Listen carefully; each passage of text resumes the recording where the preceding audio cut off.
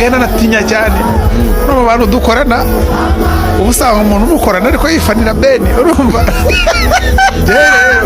ntabwo bizongera nta muntu uzongera kunyihishamo gutyo ngo nkure mutuntu oya genda mujye kubisama kugeza ubu tuvugana Coach Gaël yamaze gushya ubwoba nyuma y'uko yabonye ko Bruce Melody bino bitaramo bya Summer Country Tour bishobora kurangira nawe ahita ava muri 155 AM. Niko guhita tumiza inama rukokoma yahuriwemo n'abayobozi bose bakomeye bo muri 155 AM kugira ngo barebe uburyo iki kibazo cy'umwuka mubi hagati ya Bruce Melody ndetse na Coach Gaël cyakemuka hakiri kare. Bimwe mu byagombaga kwigwaho muri iyi nama n'ubugambanyi Coach Gaël yakoreye Bruce Melody. Ikindi bagombaga kurebaho ni post ejo bundi Bruce Melody yapostinze ku rubuga rwe rwa Instagram.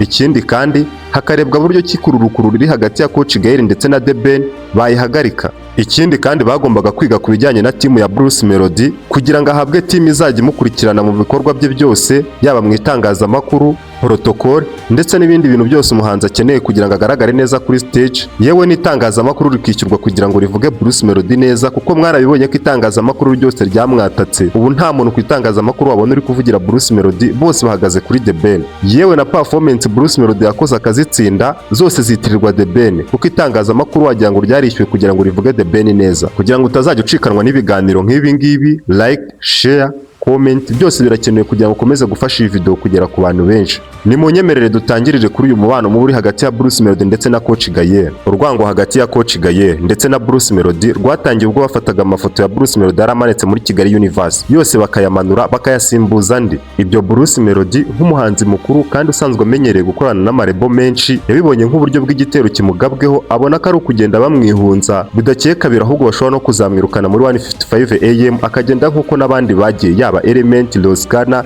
ndetse na Kenny Soul. Gusa kubera ko bari gutegura ibitaramo bya Summer Country Tour, ntabwo Bruce Melody yahise ahitamo kuva muri 155 AM bitewe n'iyo proje bari bafitanye, kandi Bruce Melody yaramaze kwitangariza abanyarwanda muri iyi proje ya Summer Country Tour. Nubwo ibintu byakomeje kuba bibi, yewe biba bibi cyane, ubwo Coach Gaël atatinye kuvuga ko atari ku ruhande rw'umuhanzi we Bruce Melody, ahubwo akavuga ko ashyigikiye The Ben. Ibyo bitashimishije Bruce Melody habe na gato, ngaho reba nawe kuba manager wari kuvuga ko atagushyigikiye ahubwo ashyigikiye adversaire. Ibyo bigakomeza kuba bibi cyane, ubwo igihe cyose Bruce Melody yajyaga kuri stage Coach Gaël yahitaga yisohokera kugira ngo atareba performance ya Bruce Melody. Noneho biba bibi cyane ubwo ejo bundi Bruce Melody muri after party ya cya gitaramo cyabereye i Nyamata yasohotse agiye guhindura imyenda, akaza agasanga Coach Gaël ndetse na The Ben baricaye bari kwiganirira. Bruce Melody ategekwa kwicara aho ngaho ngo yumve ikiganiro cya Coach Gaël ndetse na The Ben. Ibyo byaramubabaje. Bruce Melody atavuga ko adashobora kwicara ku ntebe imwe na adversaire, ahubwo Coach Gaël agomba gutatandukana na The Ben akaza akaganira na Bruce Melody.